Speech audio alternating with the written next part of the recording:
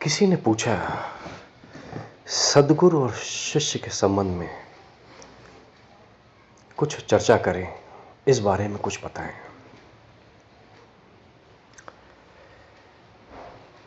बहुत अच्छा प्रश्न है। सद्गुरु के संबंध में तो चर्चा की नहीं जा सकती, चर्चा शिष्य के संबंध में की जा सकती है। जो कुछ करना है शिष्य को ही करना है। सद्गुरु की तो उपस्थिति चाहिए, बाकी काम तो शिष्य को करना है। शिष्य पे सारा जोर है शिष्य पे सारा जोर है। सद्गुरु की उपस्थिति, उसका मनोबल उस तक पहुंचता है, ठाठस बजाता है, धीरज देता है, संबल देता है। हम जाते हैं सत्संग में, हमको सौभाग्य से वर्तमान जन्म में सद्गुरु मिल जाता है। ये हमारे सौभाग्य की बात है। अब यात्रा आगे चलेगी, निश्चित चलेगी। गुरु तुमने किया, शिष्य के रूप में तुम स्वीकार किए गए, इतना काफी नहीं है। शिष्य का काम है सीखना, सीख सिखावन। नानक साहब का बड़ा जोर था सिखावन पे कि सीखना है। गुरु के सानिध्य में हम जब रहना शुरू करते हैं और अपनी यात्रा को करते हैं, हम सीखते हैं। एक चीज हम भूल जाते हैं, वहां सीखने नहीं जाना है, जो सबसे बड़ा सूत्र है। सीखे हुए तो हम वैसे ही बहुत सब कुछ गए हैं, सीखे हुए तो हम उसके पास पहुंचे हैं, अपार अनुभव अपने जन्मों का, जीवन का लेके उस तक पहुंचे हैं। अब अनसीखा होना है।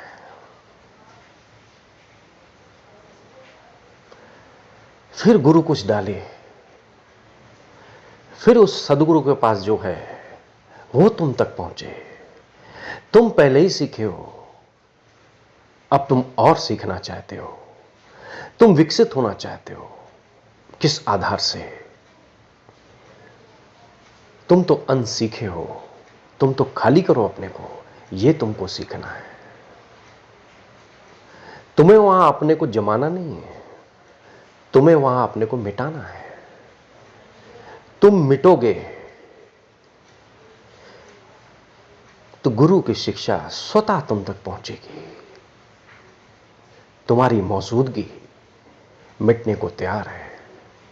जैसे एक मिट्टी है, पहाड़ से काट के मिट्टी लाई जाती है, कच्ची मिट्टी, जिसको एक ईंटे के सांचे में फिल्टर करके, साफ करके, बना के धूप में रखा जाता है, थोड़ा सुखाया जाता है। इसके बाद उसको भट्टी में डाल देते हैं। भट्टी में ईंट पकती है।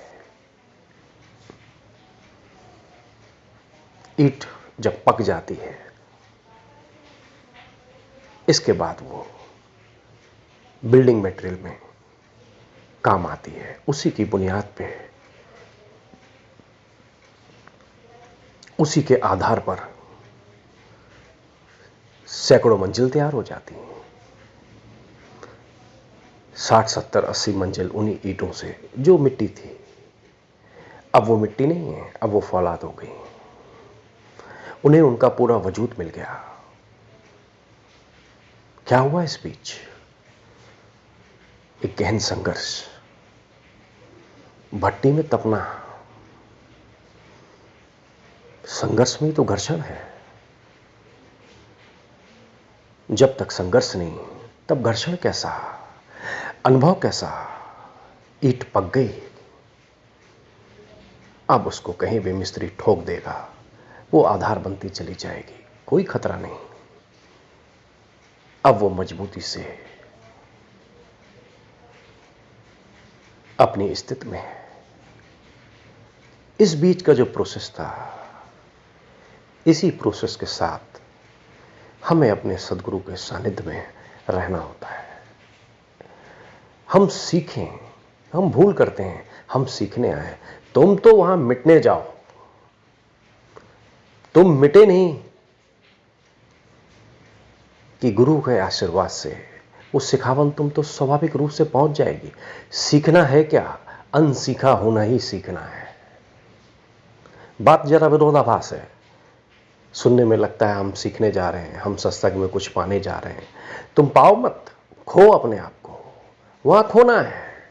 ज्ञान तो तुमको वैसे ही बहुत भरा हुआ है, और ज्ञान लेके करोगे क्या? और अगर वहां से कुछ ज्ञान मिलेगा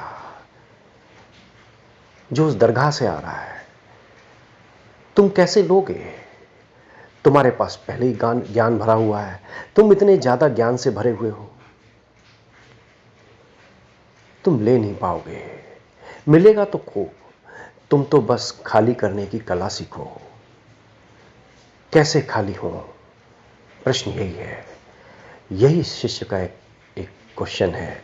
यही शिष्यत्व की पहचान है कि कैसे हम सीखे से अनसीखा हुए, कैसे हम अपने को खाली करें, कैसे ज्ञानी से हम अज्ञानी बने। जरा बुनियादी फर्क है। पहले तो इस बात को अच्छी तरीके से समझ लेना। अगर तुम खाली हो गए, निसंदेह तुम्हारे अंदर वो सब कुछ आएगा जो सदगुरु के पास है।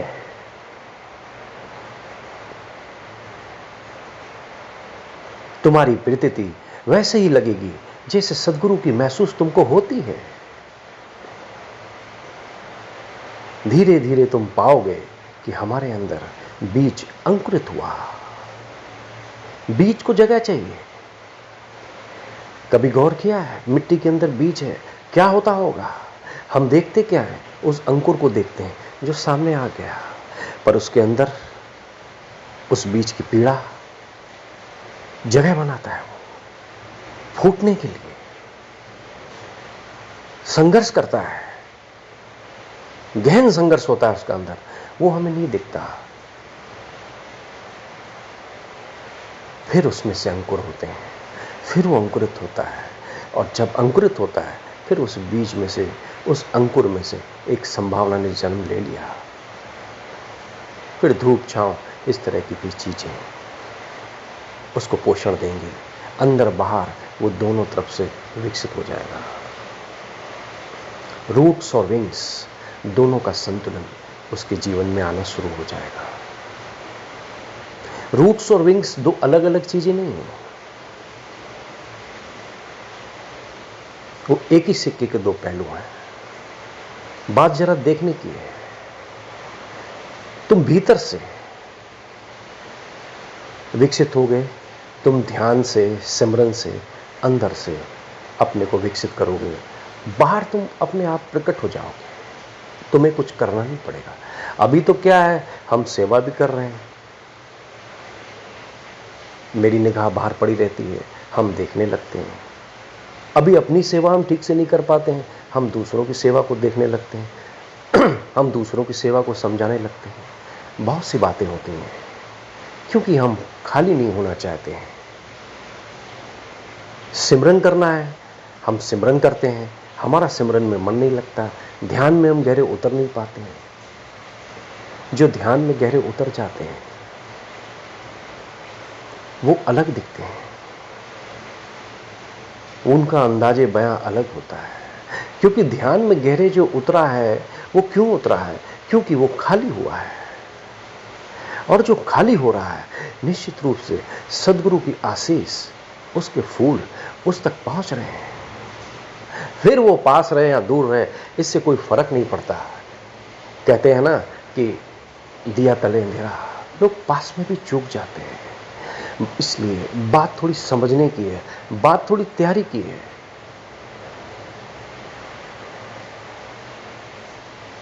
शिष्यत्व एक बहुत महत्वपूर्ण रोल अदा करता है अपने जीवन में गुरु के सामने। गीता क्यों तैयार हो गई? अर्जुन की वजह से।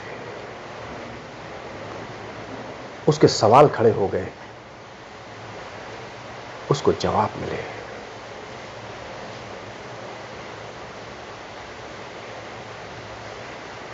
हमारे भी प्रश्न हैं, पर प्रश्न कौन से हैं? जिस प्रश्नों पे तुम लदे हो उसके ऊपर नए प्रश्न पैदा करो।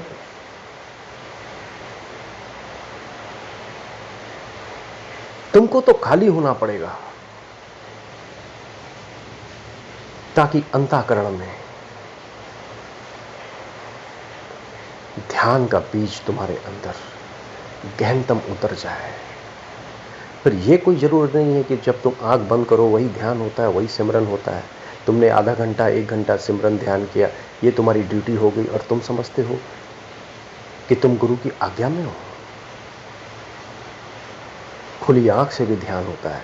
तुम बाहर निकलते हो, तुम बाहर जाते हो, तुम कैसे उठते हो, तुम कैसे बैठते हो, तुम किस मस्ती के आलम में चलते हो, ये सब इन बातों पर निर्भर करता है कि तुमने कुछ सीखा।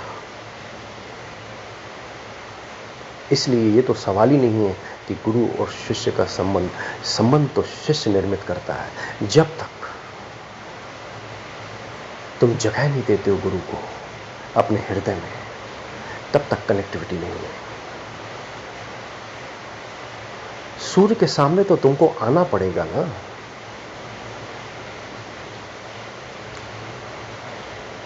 सूर्य तुम्हारे सामने नहीं आएगा, क्योंकि सूर्य छुपा है कहां? वो तो शाश्वत है ना। तुम खड़े हो जाओ दरवाजा खोल के और देखो, तुम्हें सूर्य के दर्शन हो रहे हैं। वो तुम तक पहुंचे कैसे? वो तो सदा है। सदगुरु का प्रेम भी सदा है, वो तो है। ग्रहण तो तुमको करना है, आना तो तुमको है सामने। तुम उसके प्रेम में आते हो, तुम प्रेम के रस में वो रिसीव करते हो हृदय में। इसके बाद तुम्हारे अंदर जो स्पंदन होता है, तब तुम्हारे अंदर समर्पण की भावना पैदा होती है। इसलिए साधारण प्रेम में जो हम करते हैं वो आज है कल कम भी हो जाता है, क्योंकि इसके पीछे स्वार्थ हमारा छुपा हुआ है। फिर हमारे बच्चों के प्रति हो, हमारे पति पत्नी के प्रति हो, परिवार में हो, किसी के प्रति भी हो, हर एक की चीज के पीछे कुछ न कुछ स्वार्थ छुपा हुआ है। क्योंकि तर्क आता है और प्रेम जो सदगुरु का है वो बेशर्त है। वो तर्कों से नहीं पकड़ सकते, वो समझ के साथ नहीं पकड़ सकते, वो ज्ञान के साथ नहीं पकड़ सकते। वो तो तुम्हारा समर्पण, तुम्हारा भाव। कैसे आए समर्पण? इसलिए सेवा, इसलिए ध्यान, इसलिए समझ। जब तक इन चीजों को हम संतुलित नहीं करते, और इन चीजों को संतुलित करने के लिए हमको क्राइटेरिया नहीं चाहिए। एक एक करके तुम खाली हो, ये चीजें स्वतः स्थापित होती हैं। 10 चीजें पकड़नी थोड़ी ना पड़ती हैं, एक को पकड़ो 10 पीछे से आ ही जाती हैं। उनके लिए तुम्हें कोई प्रयास नहीं करना है, तुम्हें तो सिर्फ खाली होना है। खाली होने की कला, शिष्यत्व का उदय। जब तुम खाली होते हो, निसंदेह तुम्हारे अंदर उस परम सदगुरु का प्रेम अवतरित होता है। इसके बाद तुम्हारी यात्रा फिर उन गुणों में, उन कर्मों में आनंदपूर्ण विकसित होती चली जाती है। फिर तुम्हारा संघर्ष नहीं है, फिर तुम्हारा समर्पण नहीं है, क्योंकि पीछे तुम्हारे साथ गुरु की लेव लग गई, उसकी एक तार तुम्हारे साथ जुड़ गई। फिर तुम कहीं पे भी हो, फिर तुम उसके साथ हो। तुम्हें वो सूत्र मिल गया, कैसे हम खाली हों। इसके बाद फिर तुम देखोगे हर चीज तुम्हें आश्चर्य से भरती हुई नजर आएगी। इस आधार से तुम यात्रा को आगे बढ़ाओगे, क्योंकि सच्चा प्रेम जब भी होता है, फिर उसके पास जितनी चीजें हैं, जितने लोग हैं, उन सब के प्रति भी वैसा ही प्रेम होता है। फिर गुरु से प्रेम, फिर गुरु की संगत से प्रेम, फिर उसी संगत से प्रेम, फिर समझ से प्रेम, फिर संसार से प्रेम। जब तुम इस परिभाषा में अपने आप को धीरे धीरे ढालते हो, अनुभव से, बातों से नहीं, क्योंकि अनुभव फिर कहा भी तो नहीं जा सकता। फिर तो वो महसूस होता है जैसे फूल में से खुशबू आनी शुरू हो गई। इसके बाद तुम धीरे धीरे देखोगे कि तुम्हारा विकास क्रम हो गया। अब प्रेम तुम्हारा बुद्धि का प्रेम नहीं रह गया, तुम्हारे प्रेम में हृदय के फूल खिलने लगे, क्योंकि गुरु की मौजूदगी अब तुमको विकसित करेगी। शिष्य अब विकसित होना शुरू हो जाएगा। वो अंकुरित जो अब हो गए, अब निश्चित रूप से एक संभावना ने जन्म ले लिया। अब वो धीरे धीरे धीरे धीरे बढ़ता जाएगा और एक दिन वृक्ष का रूप लेगा। हम गुरु को पकड़ लेते हैं, हम उसी आधार पर अपने मन से यात्रा शुरू कर देते हैं। फिर जो हमको ठीक लगता है फिर हम वो करते हैं। कहां फिर समझ पाओगे चीजों को? यही तो समस्या होती है, सालों लग जाते हैं, बात पकड़ में नहीं आती है। बड़ी मुश्किल से तो प्यास जगती है, बड़ी मुश्किल से तो कंठ सूखता है, बड़ी मुश्किल से तो आंखें भीगती हैं, बड़ी मुश्किल से तो हृदय छलकता है। तुम चूक जाते हो क्योंकि मैं है।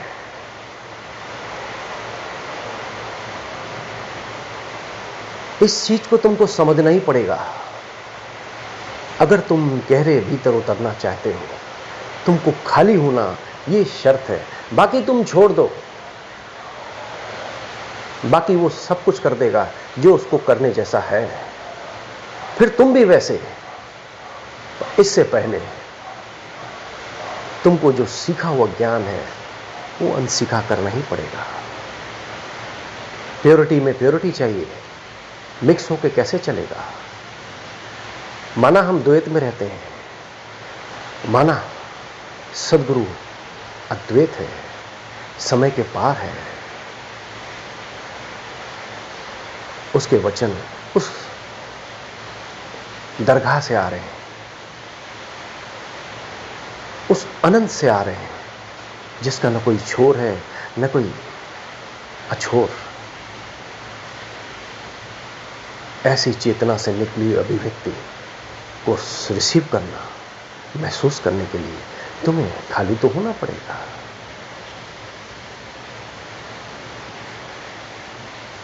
बात अनुभव की है, बात पढ़ने की नहीं है।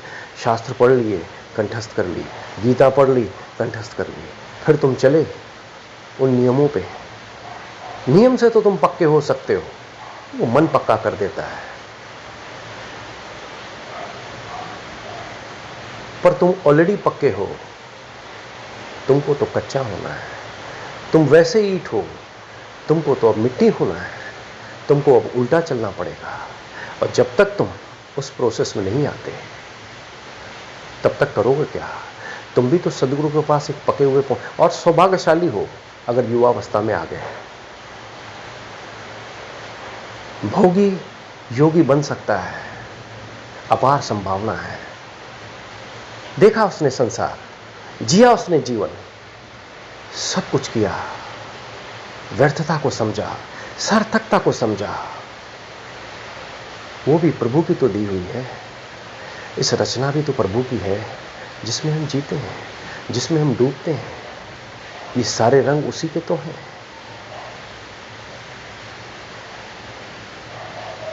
पर चूंकि ये सारे रस हमको संसार से मिले, हमने संसार से उठाए। इस तरह से इस भीड़ में हम चलते हैं। निकल के आए तुम भीड़ में, पहुंच गए सदगुरु के पास। अब तुम भीड़ के हिस्सा क्यों बनोगे? जब तक थे तब तक थे। ये तो एक महान अवसर मिला है, फिर न जाने क्या होगा। इसीलिए तो जोर रहता है सदगुरु का। तुम जाओ भीतर, तुम मनन करो, तुम समझो, उतरो तुम अपने अंदर, फिर तुम पाओगे तुम्हारे जीवन में वो फूल खिलने लगे। जब तक खाली नहीं होते तब तक सदगुरु का अमृत तुम तक पहुंचेगा नहीं। इस प्रोसेस को ऐसे लोगे एक दिन तुम पाओगे कि हाँ, हम बनने के लिए नहीं गए वहां पे, हम तो मिटने के लिए गए। ये ख्याल तुमको जिस दिन पैदा हो गया, उस दिन से तुम बनना शुरू कर दोगे। एक दिन में बिल्डिंग थोड़ी ना बनती है। हाँ, ध्वस्त तुम जब चाहे तब हो जाओ। गिराने में कितना समय, गिरो तुम। एक ऊंची बिल्डिंग हो, गिरो, राख हो जाओ, मिटो, फिर नई इमारत, फिर वो इमारत तुम्हारा अपना निजी अनुभव होगा। क्यों? उसमें तुम्हें गुरु की भट्टी से जल के गुजरना होगा, और उस भट्टी से जब तुम निकलोगे, फिर वो अंगारे नहीं है, वहां फिर फूल है, वहां फिर महक है, वहां फिर खुशबू है, फिर सारा संसार तुम्हारा, फिर जगी ज्योति तुम्हारी। अब तुम उठे और गाने लगे गीत। अब आया संगीत, बजा नथ, आई धुन, जगी तुम्हारी सुरती। और ये किसी के साथ हो सकता है। इसीलिए गुरु की निगाह किसी एक पे नहीं होती है। संगत में हजारों लाखों आदमी जो भी बैठे हैं, उसकी निगाह उन सबके प्रति है, उसकी संवेदनाएं उन सबके प्रति है। हर एक आंख में उसकी आंख है। एक से अनेक है, अनेक से फिर एक है। सदगुरु सब में समाया है, पर शर्त यह है, तुम सीखने मत जाओ, तुम खाली होने जाओ। सीख तो तुम पहले ही पहुंच चुके हो, अब वहां जाके सीखोगे भी क्या? इसीलिए तो उन्होंने युक्ति दी है, इसीलिए तो उन्होंने ध्यान की कला बताई है, इसीलिए तो उन्होंने तरीका बताया है कि तुम जहां रहो उसको सिर्फ अप्रोच करो, उसको सिर्फ तुम अप्लाई करो, फिर देखो तुम जहां हो उसी के साथ हो। क्यों भागते हो? क्यों दौड़ते हो बार बार? तुम जहां हो वहीं रहो, और वहीं पाओगे तुम्हारी कनेक्टिविटी गुरु के साथ है। फिर भीड़ में भी तुम उसको अलग दिखोगे, फिर भीड़ में भी तुमको वो ढूंढ लेगा, क्योंकि उसको कुछ सुगंध महसूस होती। यही तो देखता है वो आंख उठा के। हम सोचते वो हमसे वार्ता कर रहा है, हमसे बात कर रहा है, वो हमसे बिल्कुल बात नहीं करता है। वो बात कर कैसे सकता है?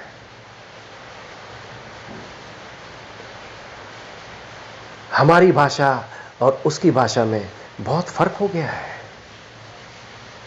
कल तक जब वो भी यात्रा पे था, वो भी शिष्य था, उसकी भी यात्रा उसी भाषा में चल रही थी जिस भाषा में आज तुम्हारी चल रही है। पर अब जहां से वो बोलता है, वो बोलता थोड़ी ना, वो तो मौन है। तुम जो भी बोलते हो वो वहां तक पहुंच जाता है कि इसके पास अभी क्या है। तुम जहां से प्रश्न करते हो वहीं से तुमको जवाब भी मिलता है। तुम गौर करो, तुम जितनी गहराई से प्रश्न पूछते हो उतनी गहराई से तुमको उत्तर भी मिलता है।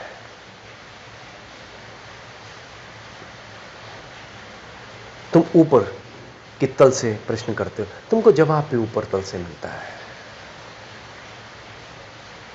मन बुद्धि से पूछे गए प्रश्नों का जवाब भी इसी तरीके से आ जाता है हम तक, क्योंकि मन बुद्धि हम पूछ रहे हैं, फिर समझते भी तुम अपनी बुद्धि से हैं, पर गहरे में जो उतरा हुआ है, ध्यान में जो उतरा हुआ है, उसके प्रश्न के मौलिक जवाब वास्तव में सदगुरु की दरगाह से निशब्द पहुंचते हैं। फिर शब्दों का है भी क्या? फिर तो सब खाली, फिर तो सब शून्य है। इसलिए ये प्रश्न अब है ही नहीं कि गुरु और शिष्य का संबंध तो शिष्य का है। गुरु तो पूर्णिमा का चांद है, शाश्वत चांद। ये चांद तो चढ़ते ही उतरता है, इसका नशा।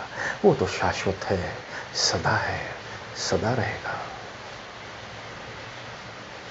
तुमको सामने आना पड़ेगा, तुमको मिटना पड़ेगा। मिटते ही तुम्हारे अंदर स्वतः वो सब चीजें आ जाएंगी। ठीक वैसे जैसे एक समतल मिट्टी पे बरसात पड़ते ही घास आ जाती है, घास लाई जाती है, कोई प्रयास किया जाता है। सूखी बंजर मिट्टी एकदम बिल्कुल सूख गई। गर्मी के बाद मानसून आया, जैसे ही पानी की बूंदें गिरी, 2-1 दिन में तुम देखोगे हरी भरी काई, हरा भरा, और कुछ ही दिनों में देखोगे पूरा हरियाली से भर गया। क्या हुआ? जो चाहिए था वो मिल गया। खाली होने की कला सीखो। खाली होने की कला को ही शिष्यत्व कहते हैं। आज इतना।